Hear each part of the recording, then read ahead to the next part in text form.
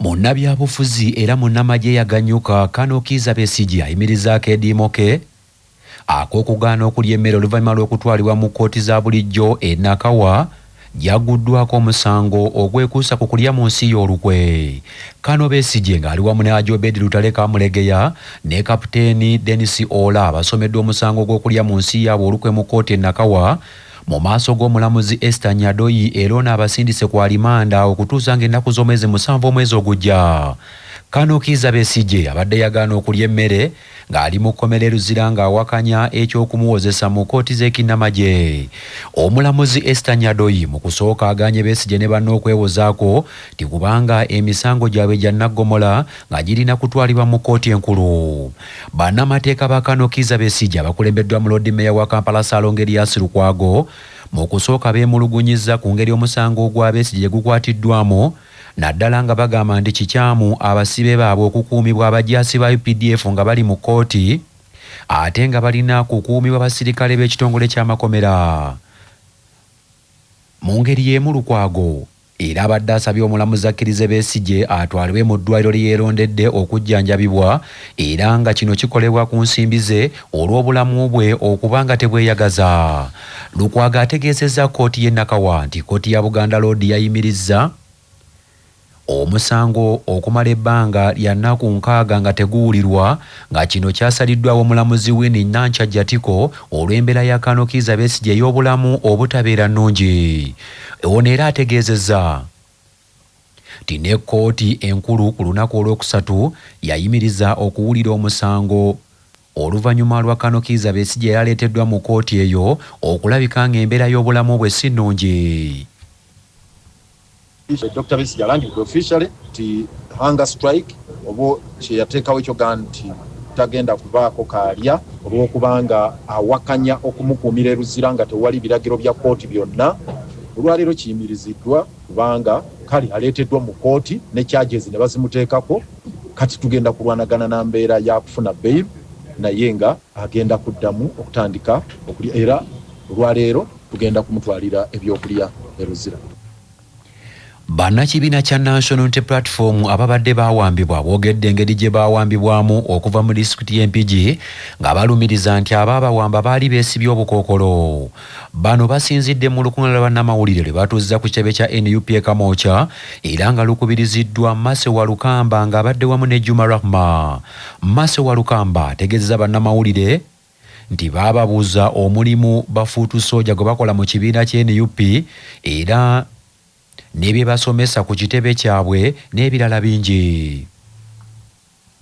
Ne bajja ne batufulumya nze ne Rema was going through a lot of pain ne batugamba batwala mu ddwaliro kane batusiba ate ne batuwa ebintu byaffe ne baddamu ne batusiba batusobola kugamba nti ono yabadde ono because twabadde batusibye then ne batuteeka mu mmotoka ate ne batutwala okutuggula amaaso nga tuli kireka poliisi ne batugamba tukubire omuntu omu ajja atunone naye tabeera looya waffe ate abantu bajja bangi tuba tukwata amasimu ne bagamba ate temugakuba katuba twakatuuka nendaba n'omuntu ng'avuze emmotoka yange ng'agirese ekireka ne batuggyako statement ne tuwandiika naye ate mu kuwandiika statement ne batugamba abantu tetuyita muntu yenna tugende tebagenda natuwa police bond ne batugamba tuvuge tugende naye tetwogera ku byonna bye twalabye bye baatubuuzizza tuddeyo tusirike tetwogera na bamawulire bonna. Second time we batukwata nga tumaze okwogera byonna bye twayiseemu tetugenda kyagala.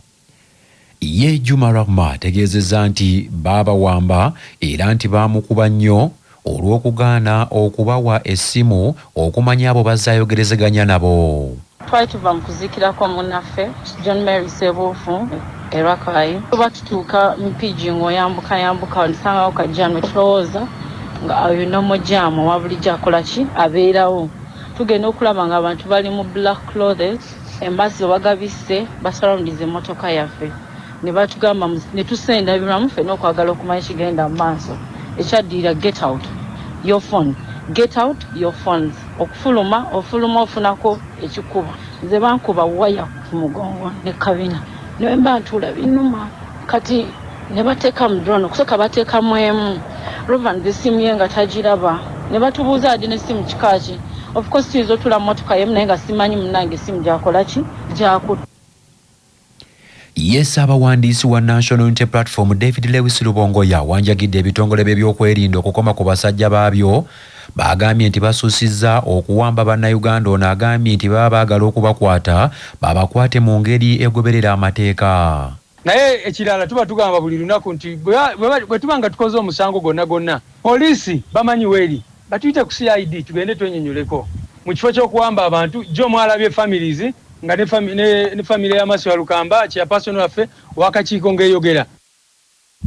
Manya obuvuno obuddo obw'eddembe lyo tonyigirizibwa ddembe lyo ery'obwebange. Ddembe lyakutuswako Baluswata Property Consultants batunda ettaka ku nguudo zonna eziyingira n'okufuluma ekibuga. Va mu by'ettaka lyakulukuta ennyumba ya kyama basange ku ofiisi yaabwe ekyengera opposite Orange City essimu 0704 80 1905.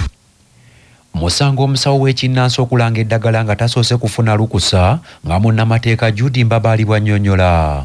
Muteeka erirungamya eddagala ery'ekinnansi ebayita Traditional and Complementary Medicine Act eryayisibwa mu mwaka 2019.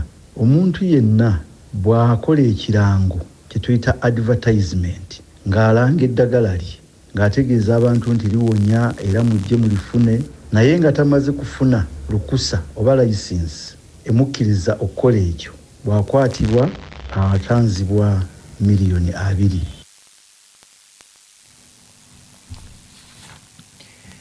Minisita omubeezi w'ebyenjigiriza avunaanyizibwa ku matendekero aga waggulu ow'ekitiibwa Dr. John Kizito Muyingo asabye bannaluweero okukola ennyo waaki buli lunaku bafiisengayo akasente ke batereka beekulaakulanye saako okuweerera abaana.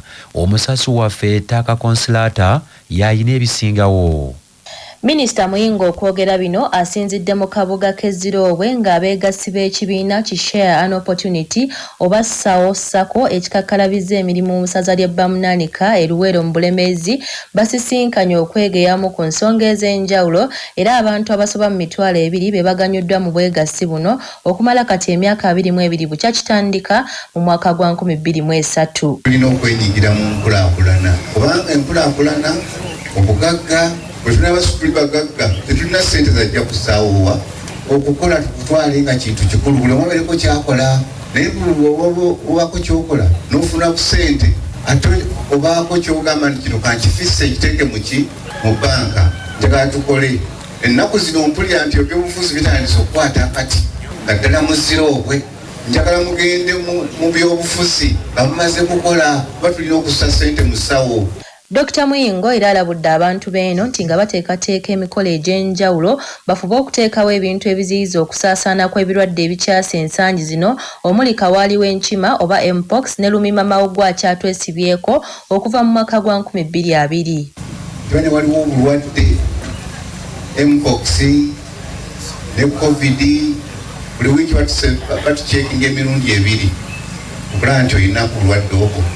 Ne buli wiiki wetugenda batubawaddeyo keesinga 5 za covid 6 za covid. Ale mbadde mbasaba twagenda kubeera ngenda kukiikira mu palamenti mu nnaku si nnyingi njagala mbeere balamu. Ku Lwakitaano 8 akatonyeze 8 CBS FM Radio of Jajja nze Taka Konsilata wano musaza lya Kabaka eri Bulemeezi. Bakansala b'ekibuga Masaka bavumiridde neeyisa y'omuwabuzi wa pulezidenti mu kitundu ekyo olw'okweyingiza nga mu nzirukanya y'emirimu mu kibuga Masaka era basazeewo okuwandikira yafeesi ya pulezidenti okwemulugunya ku mukulu ono yeeyingiza mu buli kimu. Omusasi waffe Tomusange Kayinja yayina ebisingawo. Olukiiko lwa Nnyendo Mukungwe City Division mu kibuga Masaka awatali kwesalamu luvumiridde neeyisa y'omuwabuzi omukulu wa President Museveni ku nsonga za Greater Masaka olw'okweyingiza mu ntambuza y'emirimu mu kibuga Masaka. Bwe lutyo lusazeewo okuwandikira ofiisi ya pulezidenti nga lwekubira enduulu ku mukulu oyo.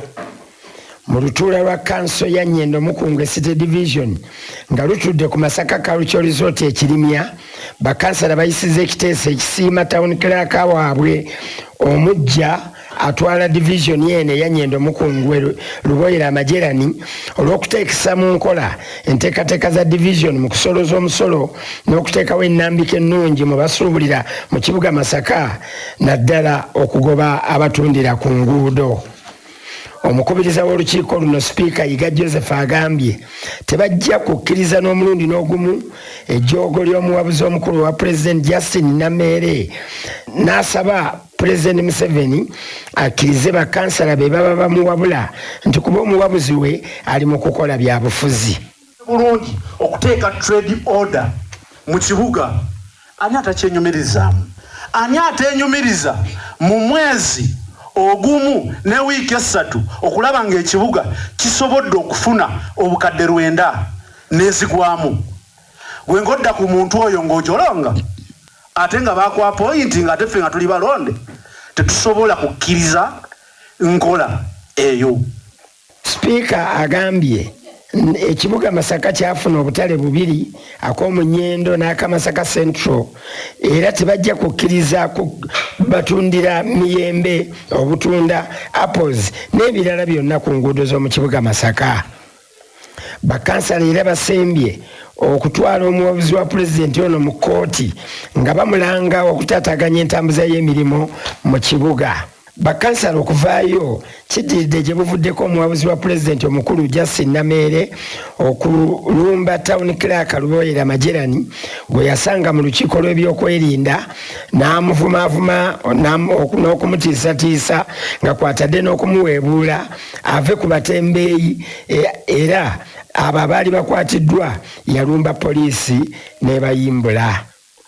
Kaweefube w'okufuna omuwabuzi wa Pulezidenti Justin Nameere abadde akyagudde butaka olw'essimu ze ezimanyiddwa obutabeerako.